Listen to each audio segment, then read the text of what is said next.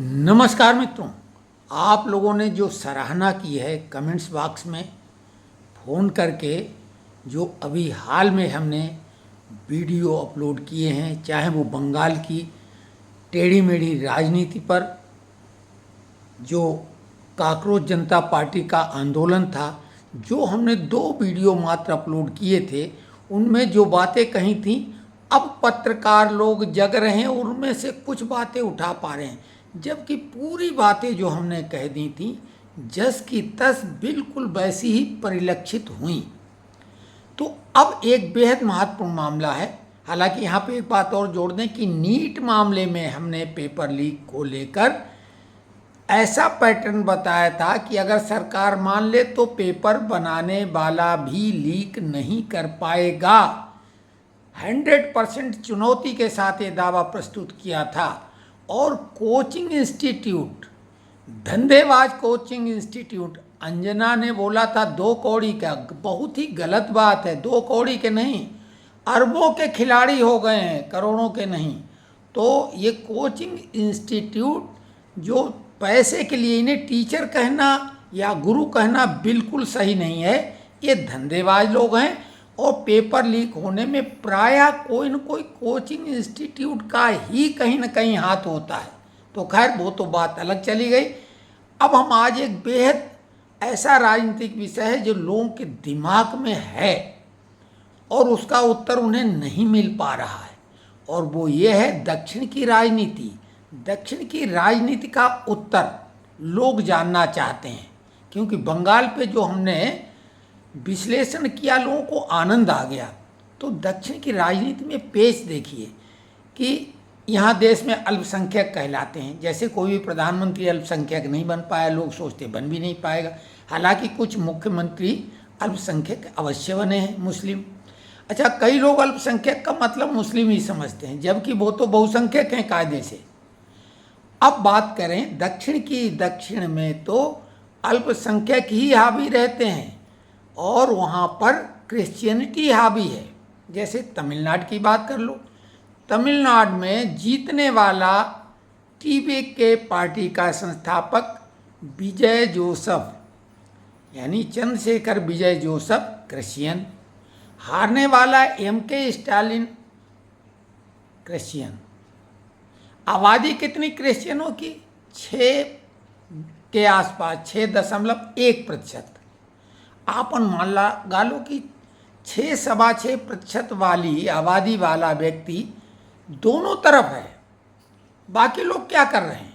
मुस्लिमों की आबादी भी अगर जोड़ दी जाए, जैनों की भी जोड़ दी जाए, तब भी 12% से ज़्यादा नहीं होते हैं सारे अल्पसंख्यक मिलके। लेकिन दोनों तरफ हारने वाला और जीतने वाला दोनों अल्पसंख्यक फिर कहा जाएगा, लेकिन वहाँ क्रिश्चियनिटी है। आंध्रा की बात कर लो, जगन मोहन रेड्डी क्रिश्चियन, और उन्होंने तिरुपति बालाजी में भी क्रिश्चियन लोग नियुक्त कर दिए थे। नाम हिंदू वाले, विजय का भी नाम हिंदू लगता है, लेकिन जब जीत गए तब पता लगा विजय जोसफ चंद्रशेखर, पिताजी भी चंद्रशेखर, लेकिन खुद क्रिश्चियन। तो ये अजीबोगरीब खेल है। आंध्रा में भी रहा। आंध्रा में राजशेखर रेड्डी, जगन मोहन रेड्डी के पिताजी, वो भी मुख्यमंत्री रहे थे। उनका हेलीकॉप्टर क्रैश हो गया तो उसमें उनकी मृत्यु हो गई थी दुखद रूप से। और उन्हीं के बेटे जगन मोहन रेड्डी, कांग्रेस ने हालांकि उनको जेल में ठूसा था, लेकिन बाद में वो मुख्यमंत्री बने। बाद में अभी हार गए, वो एक अलग बात है। तो तमिलनाडु में जो पॉपुलेशन है, डेमोग्राफी है, धर्म के आधार पर हिंदुओं की आबादी 85% से अधिक है। राउंड में 85 मान लेते हैं। अल्पसंख्यकों की आबादी 12%। अब रही बात की बाकी सब अन्य मिला लो, जो 85 से 86% हिंदू हैं, उनमें सवर्ण जो तथाकथित रूप से हैं वो 4% हैं, और ब्राह्मणों की संख्या 2.5 से 3% के इर्द गिर्द है। अब वो आंकड़े एकदम परफेक्ट नहीं हैं, लेकिन वो 3% से ज़्यादा नहीं है। अब पूरी राजनीतिक जो वहाँ पर रणनीति बनी हुई है, वो इन ब्राह्मणों के खिलाफ है। आपने पेरियार का नाम सुना होगा, वहीं से मनुवाद, ब्राह्मणवाद, फलाना ये सब चला। पेरियार तो अब क्या कहें, बदतमीज आदमी था। बातचीत करने का आलोचना करिए, लेकिन उसने जिस तरीके से और उसका जो है, खैर लेकिन कई लोग पूछते हैं अभी, तो खैर वो एक अलग बात है। तो पेरियार ने द्रविड़ राजनीति शुरू की और ये कंसेप्ट इतिहास में जानबूझ के तोड़ने का आर्य और द्रविड़ वाला लाया गया। हालांकि अब पता लगा वो गलत था। तो आर्य बाहर से आए थे, द्रविड़ यही के थे और ये उनको दबाया गया वगैरह वगैरह। तो कसगम राजनीति पेरियार की देन है, द्रविड़ की, और उसको आगे बढ़ाया उन्हीं के शिष्य अन्नादुरई, सीआर अन्नादुरई ने। अन्नादुरई के दो चेले थे, एक रामचंद्रन और करुणानिधि। राजनीति उन्हीं के इर्द गिर्द ये द्रविड़ राजनीति चली। विजय ने उससे हटके राजनीतिक सफलता अर्जित की, लेकिन इसमें भाजपा की जो रणनीति थी वो गलत साबित हुई। जो के अन्नामलई थे, उन्होंने द्रविड़ राजनीति के खिलाफ बहुत तगड़ी मुहिम चलाई। एक सफल आईपीएस अफसर यानी सिंघम, अगर फिल्मी स्टाइल में कहेंगे, उसने अपनी नौकरी छोड़ दी युवावस्था में ही, और बहुत ही उसने संघर्ष करके उस द्रविड़ राजनीति को उसने दरका दिया।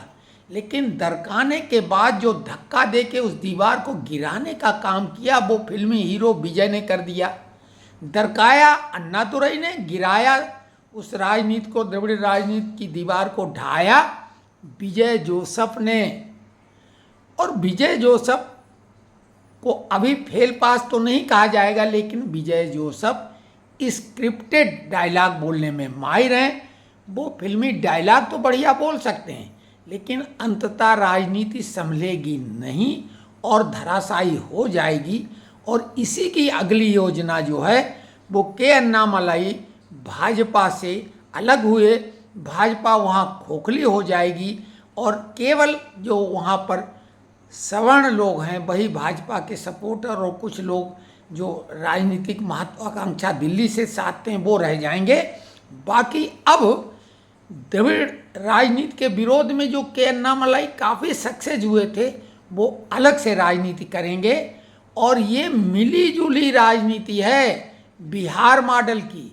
बिहार में जाति आधारित राजनीति थी, भाजपा वहाँ सक्सेस अकेले नहीं हुई थी, लेकिन पहले जेडीयू के साथ उन्होंने हाथ मिलाया, धीरे धीरे वो अंदर उन्होंने अपना कैडर तैयार किया और आज एक स्थिति ऐसी आ गई कि साथी कमज़ोर हो गया और भाजपा का मुख्यमंत्री आज बन गया है सम्राट चौधरी। सम्राट चौधरी भी हालांकि कांग्रेस, आरजेडी, जेडीयू सभी पार्टियों में रहा, लेकिन वो भाजपा का मुख्यमंत्री है, लेकिन वहाँ भी अकेले दम पे बहुमत नहीं है। अब बात करते हैं कि ऐसा कैसे होता है कि 6%, 6.25% पॉपुलेशन वाला व्यक्ति सत्ता में भी आ गया और विरोध में भी आ गया। तो वो इसलिए है कि साउथ में क्रिश्चियनिटी इतनी ज़्यादा हावी है कि कागज में नाम हिंदुओं वाले हैं, आबादी 85 से 86% तमिलनाडु में, लेकिन वो असलियत में क्रिश्चियन है। जगन मोहन रेड्डी वहाँ सवर्ण में आते हैं, जनरल कैटेगरी में, लेकिन वो क्रिश्चियन। आप यहीं से बात समझ लो, जब वहाँ सवर्ण लोग क्रिश्चियन बन गए हैं तो अल्पसंख्यक का फायदा ले रहे हैं। अल्पसंख्यक के नाम पे बहुत सारे फायदे मिलते हैं जो कि सवर्ण को नहीं मिल सकते, ओबीसी को नहीं मिल सकते। हालांकि ओबीसी को भी जातिगत आधार पे कुछ फायदे मिल रहे हैं, लेकिन डबल फायदा मिलता है, ओबीसी वाला भी और क्रिश्चियन वाला भी। फिर आ गए एससी और एसटी तो ज़्यादातर क्रिश्चियन बनाए जा रहे हैं, हिंदी बेल्ट में भी और वहाँ भी, लेकिन वहाँ आबादी बेहद कम है, 1% के आसपास। मेन है बात एससी की, क्योंकि विजय एससी है और क्रिश्चियन है। तो ये साउथ की बात कर रहे हैं। हम आंध्रा में रह के आए हैं, तमिलनाडु से लगा हुआ नेल्लूर है, वहाँ रहे हैं हम 3 साल, तो वहाँ के बारे में हमने जानकारी हासिल की हुई है। तो वहाँ जो हिंदू नामधारी एससी हैं, विशेषकर एससी की अभी बात करें, हालांकि वहाँ ओबीसी जनरल भी हिंदू नाम वाले लोग ऑन पेपर वो हिंदू लगते हैं, लेकिन वो एससी हो जाते हैं। तो चर्च के थ्रू उनको बहुत सारे फायदे मिलते हैं, चर्च की राजनीति वहाँ चलती है। तो जो एससी लोग हैं ऑन पेपर वो हिंदू नाम रखते हैं, एससी का फ़ायदा लेते हैं, और असलियत में वो क्रिश्चियन हैं, वो जाते हैं प्रेयर में। सुप्रीम कोर्ट ने हाल में जो फैसला किया है कि हिंदू और बौद्ध धर्म में ही एससी एसटी रहेंगे, बाकी अगर कोई दूसरे धर्म में है जाता है तो उसमें एससी एसटी का लाभ नहीं मिलेगा। अगर सरकार इसको सख्ती से लागू कर दे तो ये घर वापसी हो जाएगी, क्योंकि वो नाम तो उनके अभी भी वही हैं, तब उनको वो फ़ायदा नहीं मिलेगा। लेकिन अभी वो दो नाव में सवार हैं, वो दोनों से फ़ायदा ले रहे हैं, एससी का भी फ़ायदा ले रहे हैं और अल्पसंख्यक वाला, विशेषकर जो चर्च की राजनीति वहाँ चल रही उसका भी फ़ायदा ले रहे हैं। इसलिए वहाँ पर एससी ओबीसी क्रिश्चियन हैं ज़्यादातर, ध्यान दो। दूसरी बात, जो वाकई में कुछ ओबीसी या वो हैं तो वो उनको जो राजनीतिक पार्टियां हैं वो मुफ्त की योजनाएं, जो केजरीवाल को लोग बोलते हैं नहीं, सबसे पहले साउथ में ही ये मुफ्त की योजनाएं शुरू की गई। हिंदी बेल्ट में तो छत्तीसगढ़ में चावल वाली योजना शुरू हुई थी शुरू में, केजरीवाल बहुत पीछे हैं मुफ्त की योजना में, अब तो जिसे देखो वो कर रहा। तो विजय ने भी वो मुफ्त की योजनाएं चालू की, स्टालिन ने भी की, जयललिता ने भी की थी, रामचंद्रन ने भी की थी।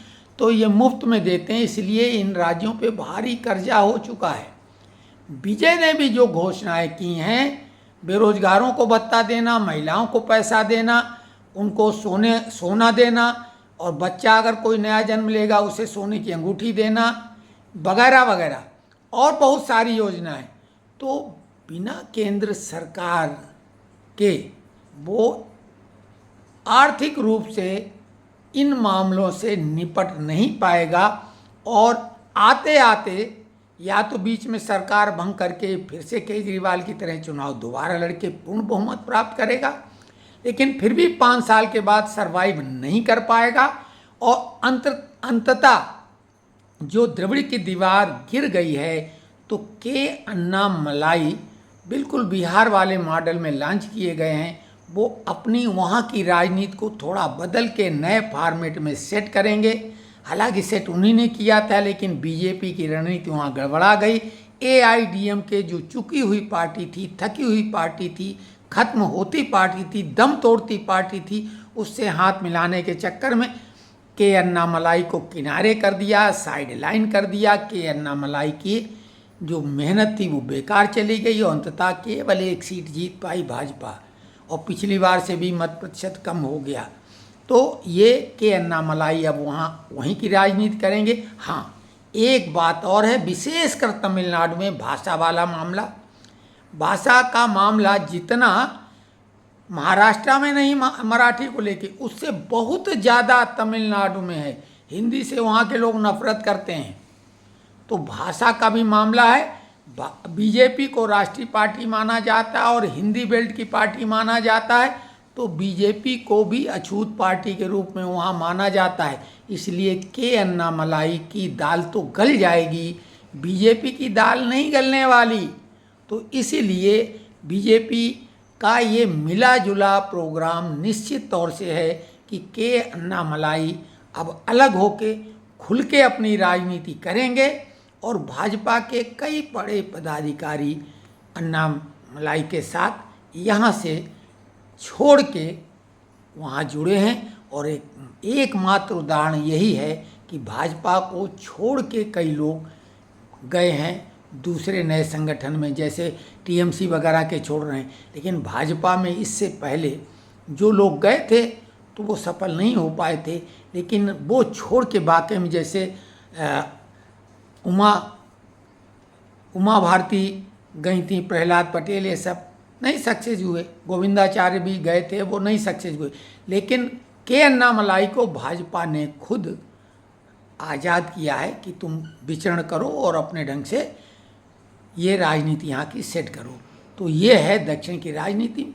और वीडियो चूँकि लंबा हो गया है इसलिए, और स्क्रिप्टेड वैसा है नहीं, तो कमेंट्स करो कि ये बात समझ में आई। अगर सुप्रीम कोर्ट के फैसले को मजबूती से भाजपा लागू कर दे तो दक्षिण भारत की राजनीति में कुछ बदलाव आएगा, लेकिन विजय ज़्यादा सफल नहीं हो पाएंगे, कि मुफ्त की योजनाएं हैं, कांग्रेस से जोड़ के उन्होंने सरकार बनाई है। कांग्रेस तो कुछ देने के बजाय लेना जानती है, तो उनको जैसे मात्र 5 सीटों के आधार पर राज्यसभा की सीट ले ली। बोलो, विजय की पार्टी 108 वाली ठनठन गोपाल और 5 एमएलए वाली पार्टी राज्यसभा सीट ले गई। एकलौती सीट थी AIDMK ने खाली कर दी थी, अभी इस्तीफा दे दिया था बीच में, तो वो कांग्रेस की हो गई। तो ये सब चल रहा है। कमेंट्स करिए ये जानकारी कैसी